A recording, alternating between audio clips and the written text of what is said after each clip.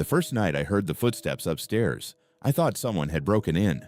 I had only been in the house for 4 days. It was an old 2-story rental at the edge of a quiet neighborhood, the kind of place that looked normal in daylight but felt wrong after sunset. The owner had knocked a little off the rent because the place had good bones but bad timing. I was 26 and more concerned with saving money than asking why a house that size was going so cheap. The upstairs was mostly empty. 2 bedrooms, a narrow hall, and a bathroom with a yellowed mirror. I kept my mattress downstairs because I lived alone and saw no reason to sleep all the way up there. The second floor became storage almost immediately. Unopened boxes, nothing up there that should have moved. That first night, I was on the couch with the TV low when I heard it. A single step, then another. Not the random settling sounds old houses make. This had rhythm, weight. A slow, deliberate pace crossing the floor above me from one side of the hallway to the other. I froze. The footsteps stopped. For a second, the whole house went dead quiet.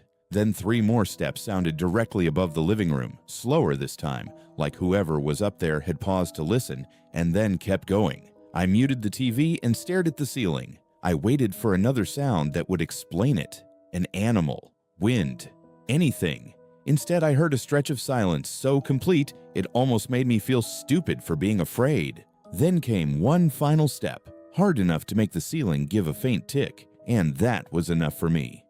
I grabbed the fireplace poker and went upstairs. Even before I reached the landing, something felt wrong. The air was colder up there. It felt used, like someone had just walked through it. The hallway was dark except for the light spilling up from downstairs. Both bedroom doors were open. The bathroom door was half shut. I checked every room first. Empty. My boxes were untouched, windows locked from the inside. When I pushed open the bathroom door, the mirror caught me at an angle, and for half a second I thought there was someone standing behind me. It was only my own reflection, stretched and dim in the bad glass, but it still sent a shock through me. I told myself to relax. Old house, thin beams, strange acoustics. The next morning, I called the landlord. I asked if there had ever been issues with animals getting in, loose boards, anything like that. He went quiet for a second too long before saying the place had been inspected before I moved in and was completely clear. When I mentioned the footsteps, he gave a short laugh that sounded forced and said old houses always had a way of introducing themselves.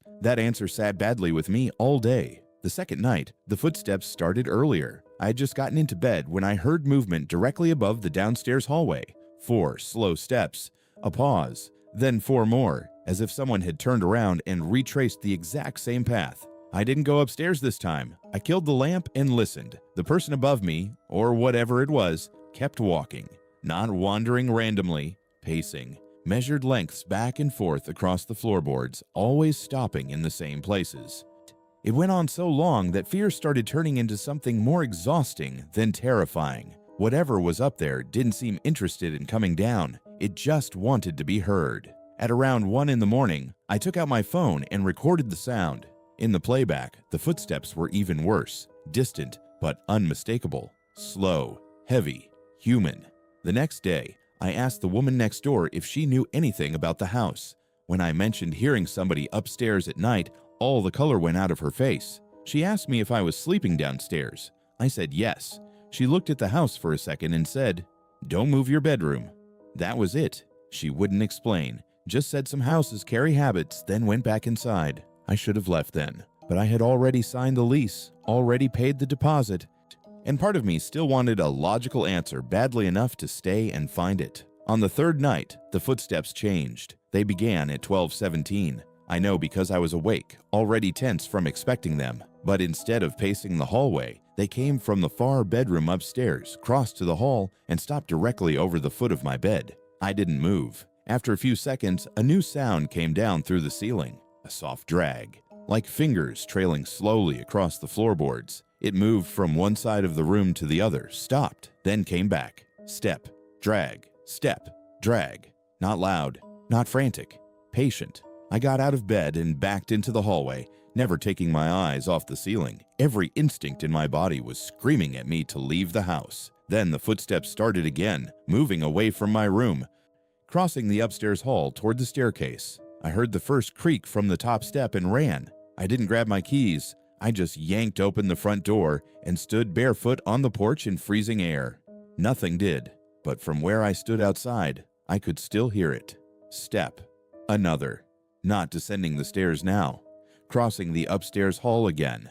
Slowly, as if it had only come toward the staircase because it knew I was listening. I stayed in my car until sunrise. I went back in for my things and told myself I was done. But in the upstairs hallway, outside the far bedroom, I saw something that stopped me cold. There were marks in the dust. Not footprints exactly, more like elongated smears, spaced in a pattern that suggested movement. They led from the far bedroom to the top of the staircase, then back again. I followed them into the room and found the deepest mark near the closet. Inside the closet was a narrow door I hadn't noticed before, painted the same color as the wall. It opened into a cramped storage space between the walls. No window, no light, just rough beams, insulation, and a smell so stale it made my eyes water. I nearly shut it immediately, but then my flashlight caught a shape on the floor. A mattress, old, stained, flattened nearly to nothing. Next to it was a water bottle so dusty it looked fused to the wood, and beside that, scratched into the inside of the door frame, were tiny vertical lines in clusters of 5. I didn't count all of them. I didn't need to. Someone had stayed in there for a long time. As I backed out, I noticed one more thing on the inner wall, written faintly in pencil. It was smudged and half erased, but I could still make out the words. He walks when you sleep downstairs. I left the house that morning and never spent another night there. The landlord kept half my deposit and stopped answering after I mentioned the hidden space. I never went back there again. A week later, the woman next door knocked on my new apartment door. I hadn't told her where I moved. She stood there holding a small cardboard box. She said the mailman had delivered it to the old address by mistake, and she brought it over because she thought I should have it. Inside was the phone charger I'd left plugged in beside my downstairs bed. Wrapped around it was a strip of yellowed paper torn from a notebook. There were only 6 words written on it. Then why did he come downstairs?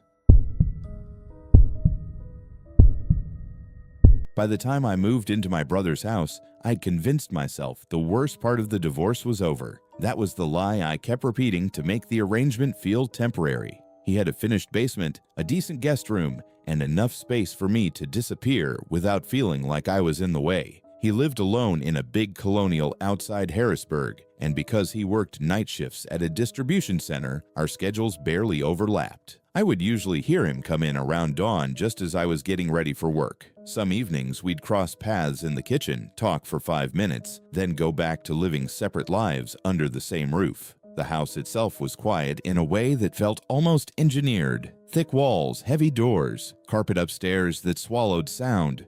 If somebody had asked me then what the loudest part of that house was, I would have said the ice maker. That changed on a Thursday in November. I was in bed, half asleep, when I heard footsteps overhead. Not creaks, not those little strained noises a house makes when the temperature drops. These were clear, spaced-out steps moving across the room directly above me. I glanced at my phone. 2:11 a.m. My first thought was that my brother had gotten home early. I waited for the rest of the normal sounds that should have followed. Keys on the kitchen counter, the mudroom door, the refrigerator opening. Nothing. Just footsteps above me, slow and steady, crossing one side of the floor to the other. Then they stopped. A few seconds later, they started again. I texted him, "You home?" No answer. I sat up and listened harder. The room above me was his bedroom. The steps moved from one wall to the other, paused, then returned along the exact same path. It sounded like somebody pacing in the dark. I called him. It rang 4 times before he picked up, sounding irritated and exhausted. "What?" I asked where he was. "At work," he said. "Why?" I didn't answer right away. I just kept listening to the steps overhead while my skin went cold. He heard it in my silence and asked what was wrong. I told him there was someone upstairs in his room. He cursed, then said to call the police and stay in the basement. But before I could move, the footsteps stopped so abruptly it felt like the whole house had inhaled and held it. I waited for the next sound. Instead, from somewhere near the top of the basement stairs, I heard a single quiet creak. Not upstairs anymore. Closer, I locked the basement door, killed the lamp, and stood in the dark with my phone flashlight off, listening to my own breathing. I could hear the police sirens coming from far away, maybe 2 minutes later, but it felt much longer than that. No more footsteps, no doors, no voice. just that frozen silence that makes you feel watched. The officers searched the whole house and found nothing. Every door was locked, no broken windows, no signs of entry. They checked closets, attic access, crawl spaces, even the garage. One of them was polite enough not to say what he clearly thought. Stressed out guy, new living situation, heard something, panicked. My brother got home around 6 looking more annoyed than worried. He asked me 3 different ways if I was sure it had been footsteps and not the house settling. I told him I knew what I heard. He didn't argue, but I could tell he didn't believe me. The next few nights were normal, which only made me doubt myself more. Then it happened again. This time it was just after 1 in the morning. Same pacing, same room, back and forth across the floor over my head with the same deliberate rhythm. I didn't call the police. I recorded it. I went upstairs afterward with a bat from the utility room and checked every room on the first floor before forcing myself up to the second. My brother was at work again. His bedroom door was open. The room was empty, but the carpet in there had strange impressions in it. The pile was pressed down in a narrow track from the window to the closet and back, as if someone had been walking the same line for hours. It could have been old wear, except the marks looked fresh. The fibers were still bent. I opened the closet expecting nothing and found nothing except hanging shirts, shoe boxes, and an old plastic storage bin on the top shelf. When I pulled it down, I saw the dust on the lid had been disturbed. Not wiped clean, just touched recently. Inside were photographs. Most were family pictures from years ago. Christmases, cookouts, a beach trip when we were kids. Beneath those was a smaller stack held together with a yellow rubber band. Different quality. Glossy prints from a pharmacy kiosk. I flipped through them and felt my stomach tighten. They were pictures of the outside of the house, the front porch in the rain, the driveway at dusk, the kitchen window lit up at night. A few had dates printed in the corners from 5 or 6 years earlier. Then the angle changed. The next images were taken from inside, the staircase, the hallway, my brother asleep on the couch. At the bottom of the stack was one photo of the basement door, closed, shot from the dark upper landing, aimed straight down. I waited until morning to show him. He went pale in a way I'd never seen before. Not shocked exactly, more like a person recognizing something he had spent years trying not to think about. He asked where I found them, and when I told him, he took the whole stack and said he'd handle it. I asked him what that meant. He said before he bought the place, an older man had rented it with his adult son. The son had problems. That was the phrase the neighbors used later. Quiet, strange, always around but somehow never seen arriving or leaving. After the father died, the son was supposed to move out. Instead, he vanished. Some people thought he skipped town. Others thought he'd killed himself in the woods nearby.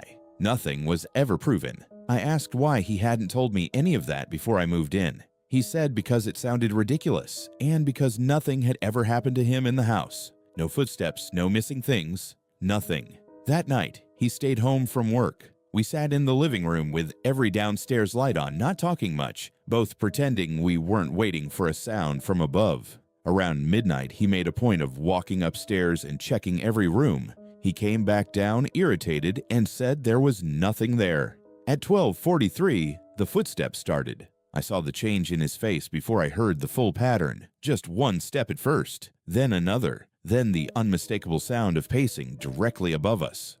My brother stood up so fast he knocked over his drink. For a few seconds, we both just stared at the ceiling while the steps continued, calm and even, like whoever was up there had been doing this for years and saw no reason to stop now. We went upstairs together. The footsteps stopped the moment we reached the landing. His bedroom was empty again, but this time, the closet door was open. Neither of us remembered leaving it that way. He took one step toward it and swore under his breath. The plastic storage bin was on the floor, lid off, photographs spilled across the carpet, and there was one new picture on top.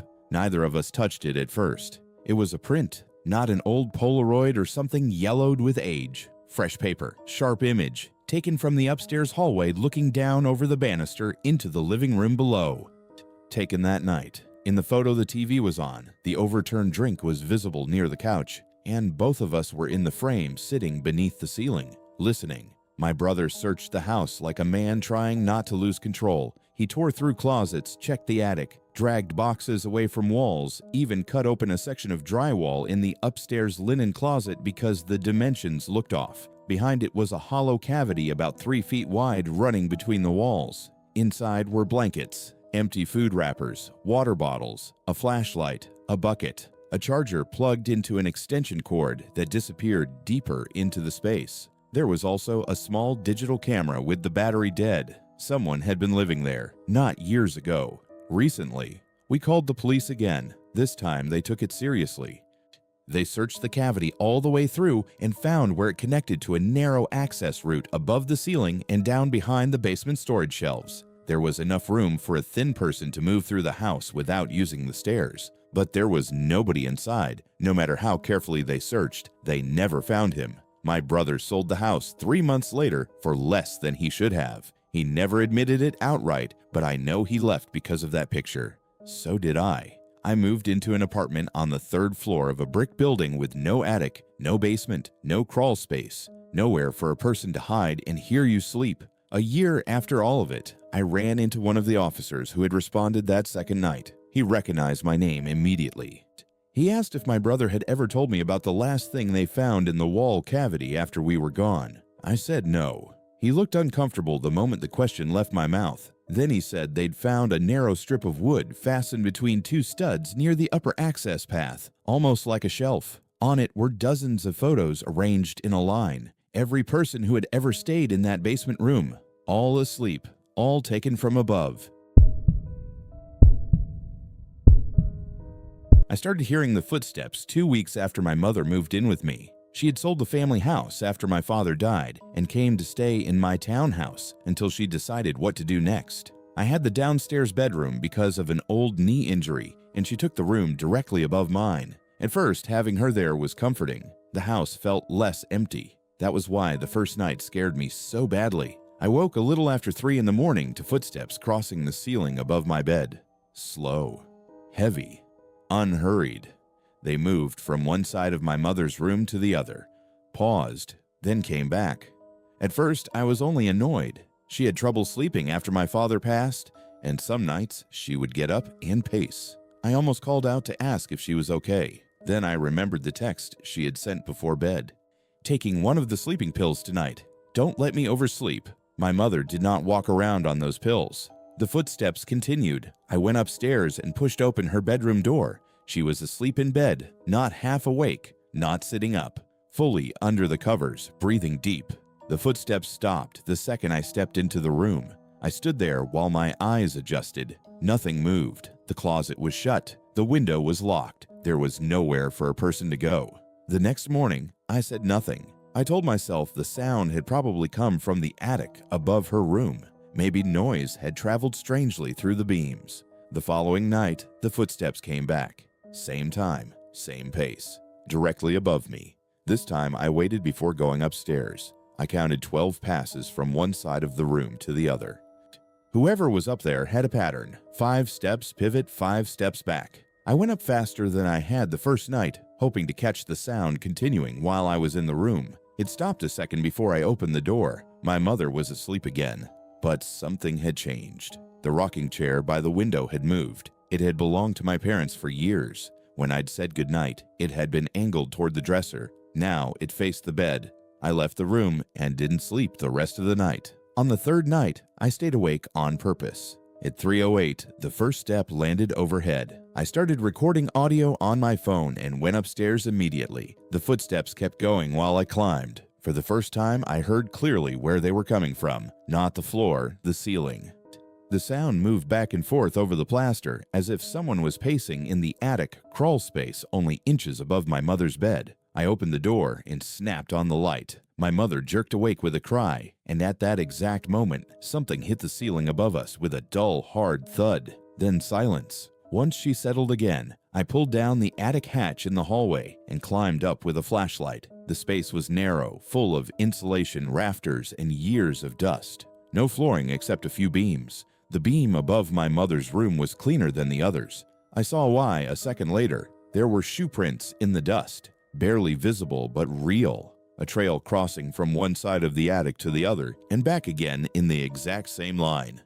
Near the center was a depression in the insulation where someone had knelt for long periods of time. My flashlight caught something tucked between 2 rafters near the far wall. It was a photograph. old, curled at the edges, speckled with dust. It was a picture of my parents' bedroom from the old family house, not from a normal angle. It had been taken from high up, looking down at the bed while they slept. Behind it were more photographs. My parents in the kitchen, my mother folding laundry, me at 16 asleep at the dining room table. Then I found the newest one. It was me, asleep in my downstairs bed, taken from above. I came down so fast I almost slipped off the ladder. I woke my mother fully and showed her that picture first. Her face changed in a way I'll never forget. Fear, yes, but recognition too.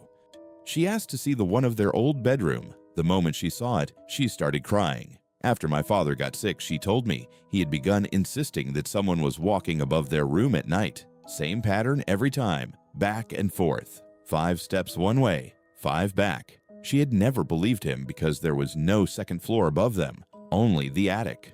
A week before he died, he told her something else, that sometimes the footsteps stopped directly over her side of the bed and stayed there until morning. We left before sunrise and never went back for the rest of our things. The police searched the attic the next day and found no one, but they did find one detail I never told my mother. And when the officer handed me back the photographs, one of them had fresh dust on it, as if it had only just been moved.